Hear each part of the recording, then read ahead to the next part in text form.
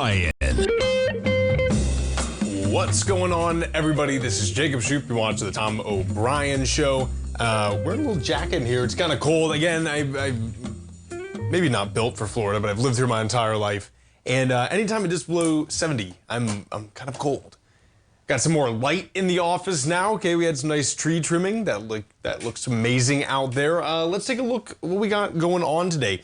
There's a few things I want to talk about. I mean, first things first, we're going to have Tim Ord on in the second and third segment. I know we're looking forward to that.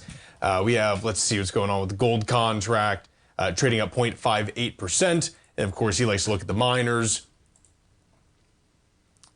trading at 42.33. You know, I was talking with a buddy today at lunch. He's a sharp guy. I think he does like DevOps or something for a larger software company.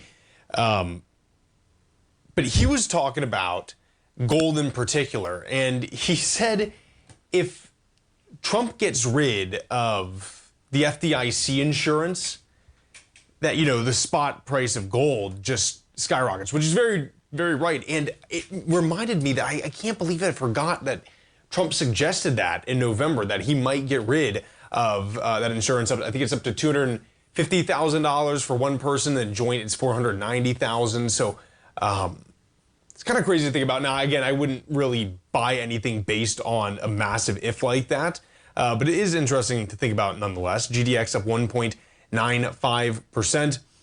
Clearly, gold is doing a lot better. The metals in general are doing a lot better than the rest of the market. Again, I think there's this kind of, again, fear of just illiquidity, fear of tariffs. It has not, we're about, 2 months in now. It's not necessarily clear what kind of Trump does from here, right? I think every time he says something, it's something people are not anticipating. It doesn't seem like he's as predictable as maybe he was in the past. So I think that adds a lot of fear and uncertainty into the market.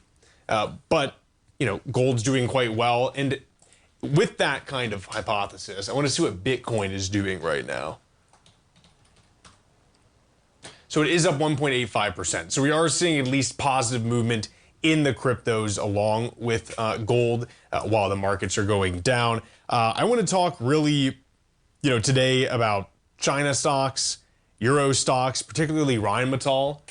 I like listening to Hegseth and Vance, and I listened to their kind of NATO discussion, right? And this is in line with what Trump was saying, is like Europe needs to take over more responsibility for the military security over in their region.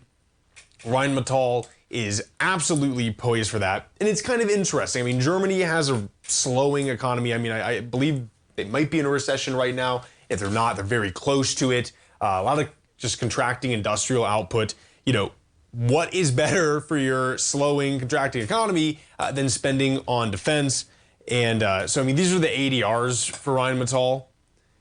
You're trading off about 4.62 at 187.26. Now, I don't know how many shares are included with, one ADR here. It seems like at least market cap wise, it's like 4.75 to 1.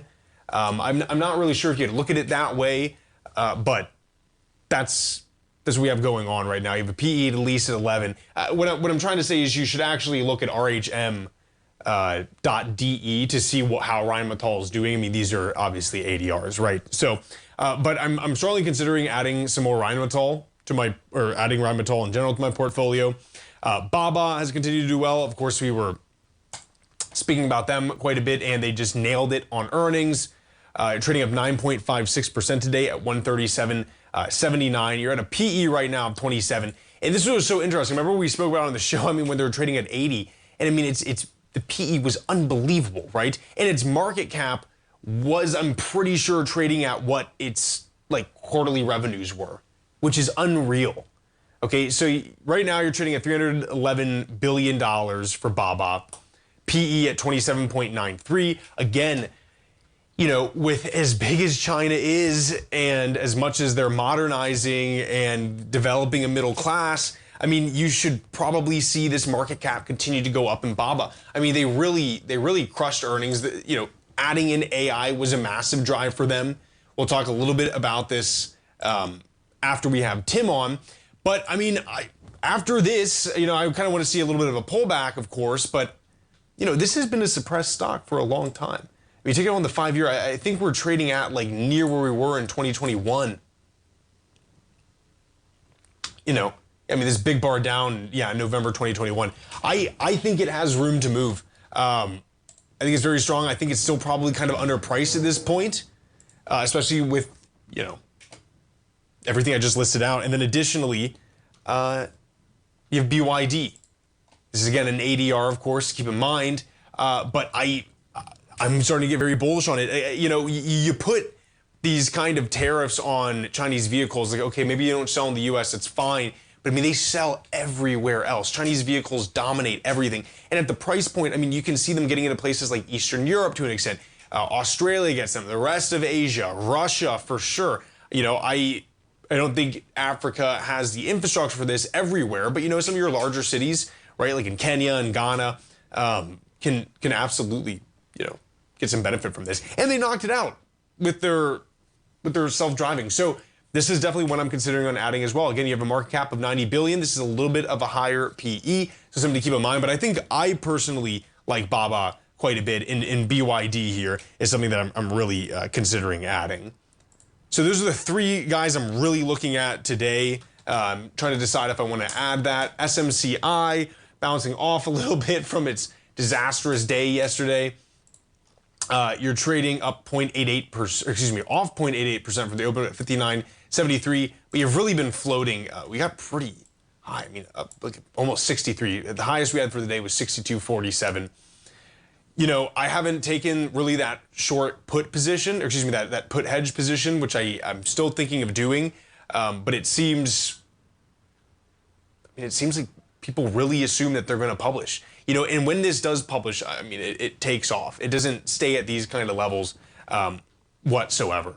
You're trading at 59.89. And again, I see all this stuff. Everyone's like, oh, it's over. That's it. That's the move. And it's like, guys, look at how much this has rallied up over the past few days. Of course, this is going to take a little bit of a breather. There's obviously something systemic going on, at least in the market, where you have most things selling off, but obviously the more speculative ones are a bit more sensitive. SMCI, Palantir, for instance. I think Palantir has, some argument for going down, but cutting by 34% over 5 years doesn't mean that Palantir gets less of a share, right? That's assuming that there's max government efficiency. But folks, stay right there. We'll be right back with Tim Moore.